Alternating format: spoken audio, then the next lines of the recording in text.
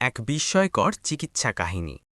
শোনা যায় এক রইস ব্যক্তির মেয়ে একদিন ঘোড়ায় চড়তে গিয়ে পড়ে গিয়ে তার নিতম্বের হাড় বা হিপবোন জয়েন্ট থেকে সরে যায়।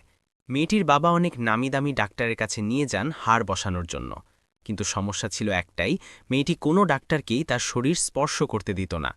বাবা অনেক বোঝান, এমনকি বলেন যে ডাক্তার মাহরাম, তবুও মেয়েটি রাজি হয় না। এভাবে দিন দিন মেয়েটি আরও দুর্বল হয়ে পড়ে। শেষমেশ লোকজন তাকে পরামর্শ দেয় শহরের বাইরে এক অত্যন্ত হাজিক বা দক্ষ হাকিম আছেন, তার কাছে নিয়ে যেতে। লোকটি হাকিম সাহেবের কাছে গিয়ে সব কথা খুলে বলেন। হাকিম সাহেব বলেন, একটি শর্তে আমি তোমার মেয়ের চিকিৎসা করে দিতে পারি, তাকে একটুও স্পর্শ না করে। লোকটি সঙ্গে সঙ্গে বলেন, যে শর্তই হোক আমি মেনে নেব। তখন হাকিম সাহেব বলেন, আমাকে একটি খুব মোটা ও তাজা গরু এনে দাও, তাহলেই আমি তোমার মেয়ের চিকিৎসা করব। লোকটি শহরের সবচেয়ে ভালো ও দামি গরুটি কিনে হাকিম সাহেবের বাড়িতে পৌঁছে দেন। হাকিম বলেন, পরশুদিন তোমার মেয়েকে নিয়ে এসো, আল্লাহর হুকুমে আমি চিকিৎসা করব।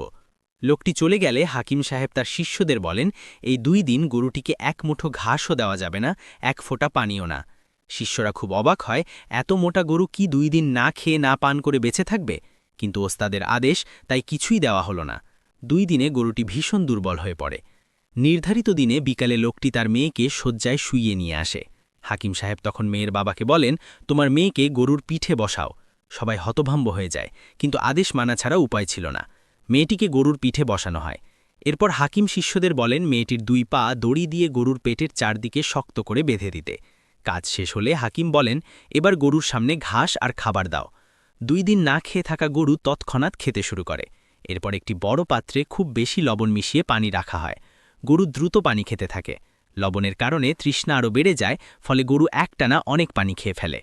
খাবার আর পানিতে গরুর পেট ফুলে ওঠে। সেই চাপ গরুর পেটের সঙ্গে বাঁধা মেয়েটির পায়ে পড়ে।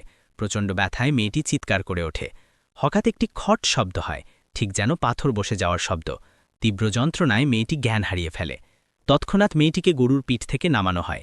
হাকিম সাহেব বলেন, তোমার মেয়ের নিতম্বের হাড় নিজের জায়গায় ফিরে গেছে, আর আজ থেকে এই গরু আমার। এই মহান চিকিৎসক আর কেউ নন, তিনি হলেন হাকিম বু আলী সিনা, যিনি পরবর্তীতে সারা দুনিয়ায় দানিশমান্দ হিসেবে খ্যাতি লাভ করেন।